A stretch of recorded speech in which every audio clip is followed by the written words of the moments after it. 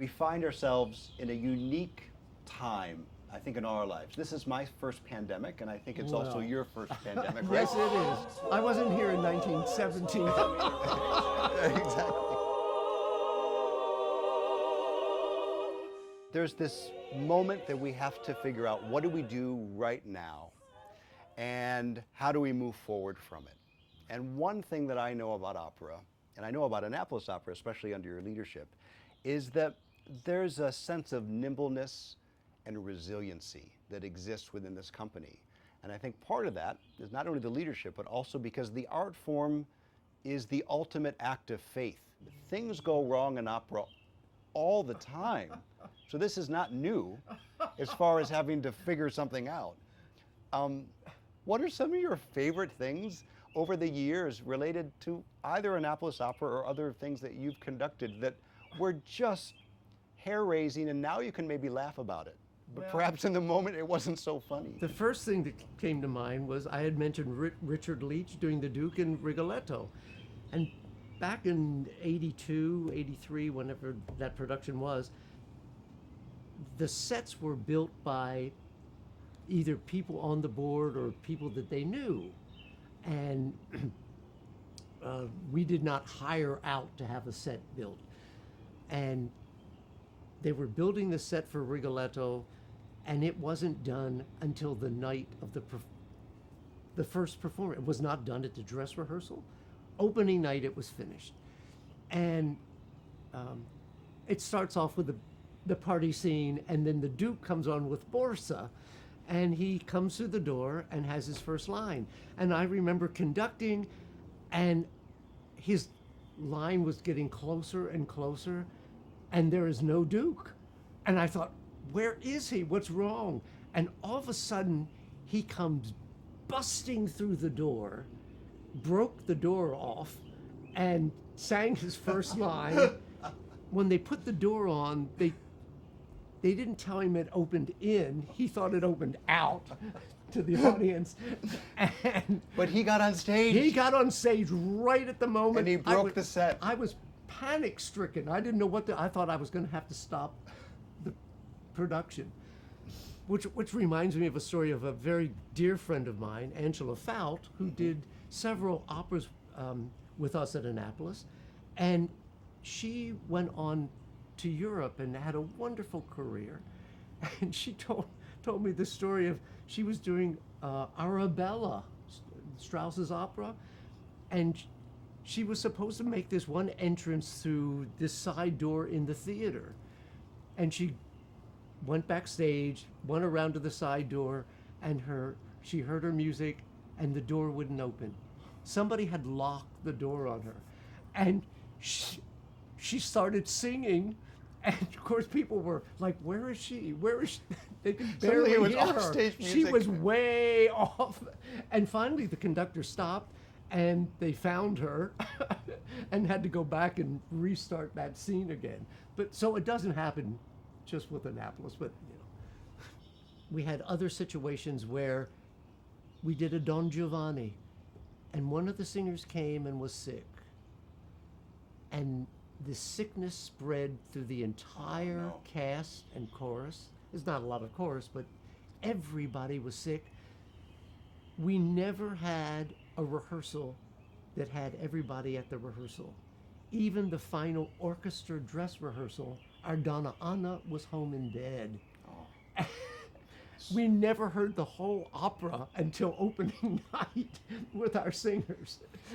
But that's part of what makes this art form the ultimate act of faith, that we rehearsed everything separately, and it all comes together at the very end, right? Yes. So the chorus rehearses separately. Yes.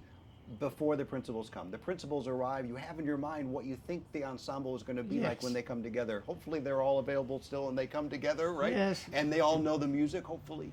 And that first music rehearsal occurs and you say, this is going to be great. This is going to be great. Or, oh no, the tenor can't sing the high C that they said they could sing. Exactly, right? yeah. Then you go through the staging process, and at the very end the orchestra is introduced, right? Right. And then at the very end after that, maybe the costumes and Right. the sets. Right. So really, we need to always figure out how to work in the moment. Oh. The best laid plans are usually not actually what ends up happening. It's a combination of all the different scenarios we put together and then something else. So when Susanna was at first postponed and ultimately canceled, how did the audience respond?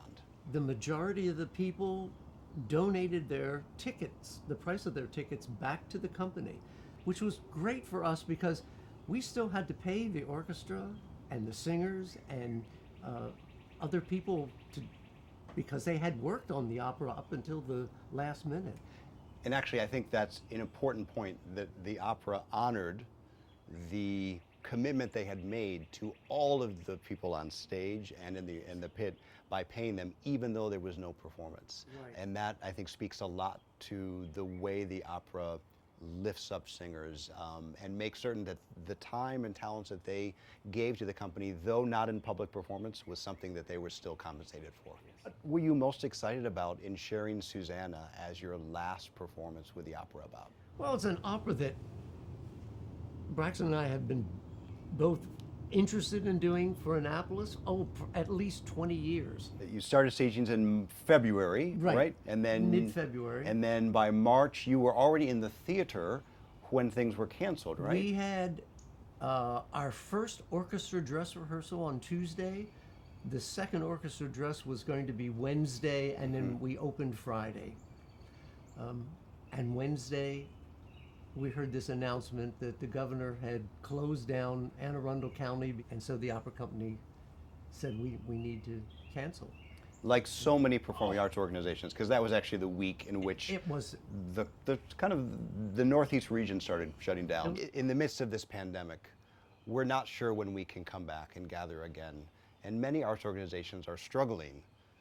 Their existence at this moment, and Annapolis Opera continues to exist, but what would happen if our company didn't exist, or if other companies didn't exist when it comes to the art form of opera? We're missing a huge part of our musical heritage.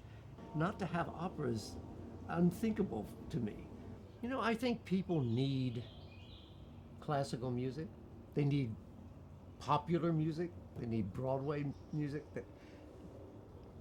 Opera is the ultimate to me. It is the combination of all the art forms. And it's a drama. People love to go to the theater, to be encouraged, to reflect, to laugh. It has all kinds of emotions. And I believe deeply that what we do in this art form, the art of storytelling, the beauty of the unamplified human voice, is what will continue to connect with people. And that sometimes people aren't familiar with this, the idea of singing an aria for 5 minutes to communicate only a few words. Right. But when we really think about how we process complex thoughts, it takes a long time to work those out. And that's what we see on stage. That is a universal human quality that makes this art form always relevant. And what we need to do is make sure we trumpet that. You don't have to go see an opera just because it's opera singing. You can go sometimes because you want to go on a date. Yes. Because you want to go have dinner before. You want to have a drink at intermission. You want to go look at the sets. You want to look at the orchestra. There's so much to see. There's so much to hear. And I'm always curious about, when I talk to an audience member after, what it is that stayed with them. And what I love is it's something different from every audience member. Right. Right. Every single audience member. And that's why we continue this work. I mean, it's such an expressive art form, and I think people need this in their lives. And when audiences come together, I mean, we're in the business of bringing lots of people together, right? Yes, on stage yeah. and audience. But when an audience member comes, they may come and see a performance and expect to laugh, but end up being moved to tears. Yes. Or they may come for the cathartic experience that is having space, a shared space with other members of an audience, but a highly personal experience. And that's certainly one thing that we would be missing if our company didn't continue to thrive, or if any other number of companies in our world weren't able to continue to create opera. Well, I hope we don't lose that. We won't. We'll make certain of it.